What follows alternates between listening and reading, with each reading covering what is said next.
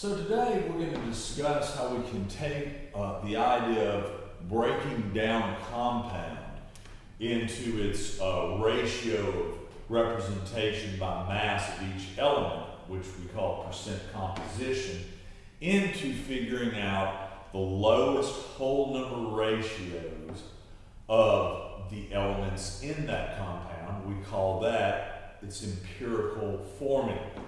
So when you see things like sodium chloride NaCl or magnesium sulfate MgSO4, that is the empirical formula of those particular compounds.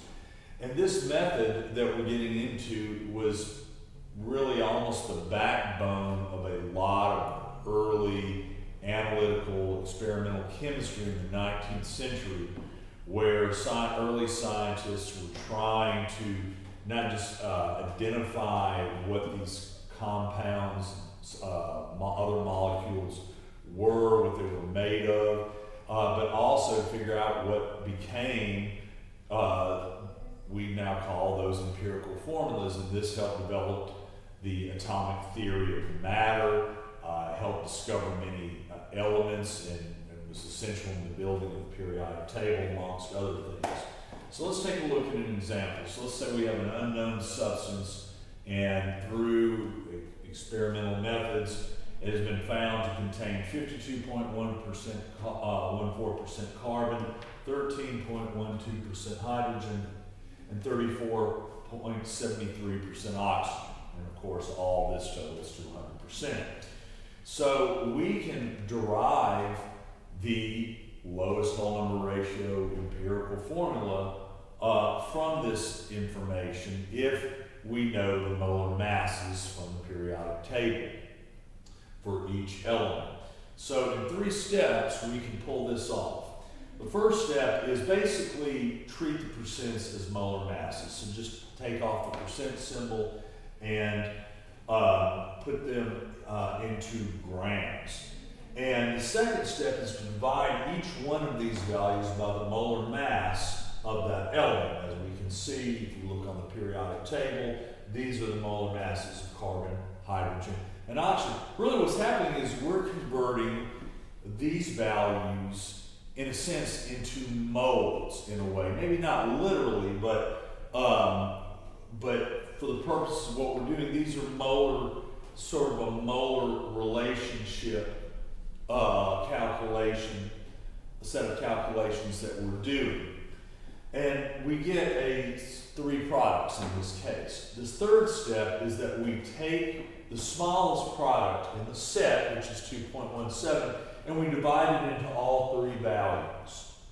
And what we get here, a lot of the time, will be a set of whole number values, or values that are very close to whole numbers. Notice I put the approximation symbol, like you may get 5.98 or 6.02 or 1.01 or 0.99, but if it's really close, within 2-3 hundredths of a rounded value, we can treat it as such because that's essentially a rounding error.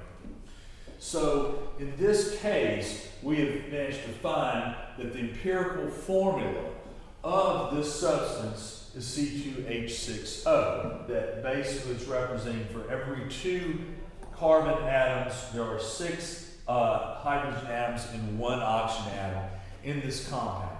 Now, however, this may not necessarily be what is called the molecular formula, and that's something we're going to address in a later video. Many compounds, particularly organic, covalently bonded compounds, may actually be a string or a larger set that are multiples of the lowest whole number ratio. On the other hand, ionic compounds are more likely, at least for the purposes of lab chemistry, to truly be representable in that lowest whole number ratio form that we call the empirical formula. So what we're going to do next is we're going to take a look at a case where we may initially boil all down those percentages and not get a nice, neat whole number ratio. But there is a way to work with that.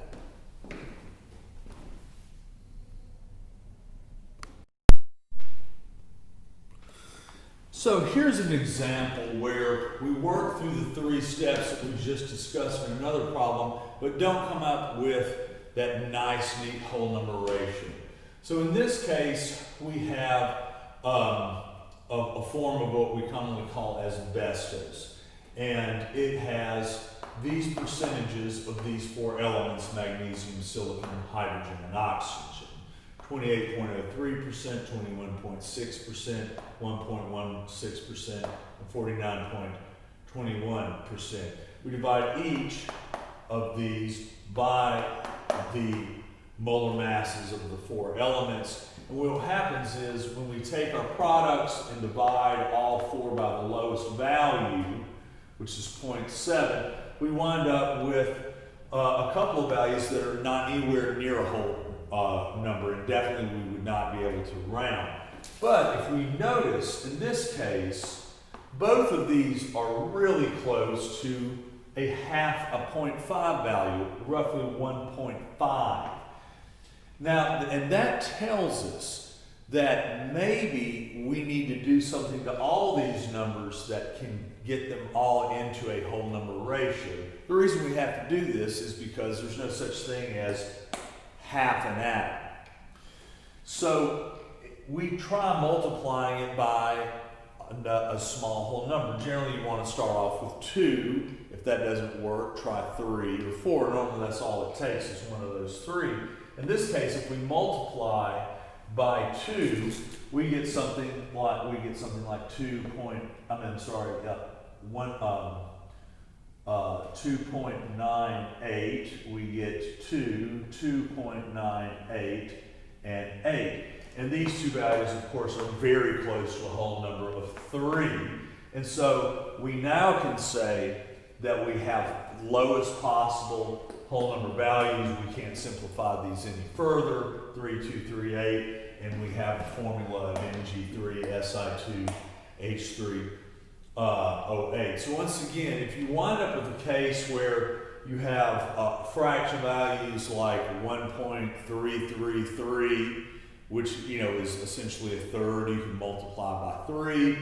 1.5 or 2.5 or 3.5, that kind of tells you might want to try multiplying by 2.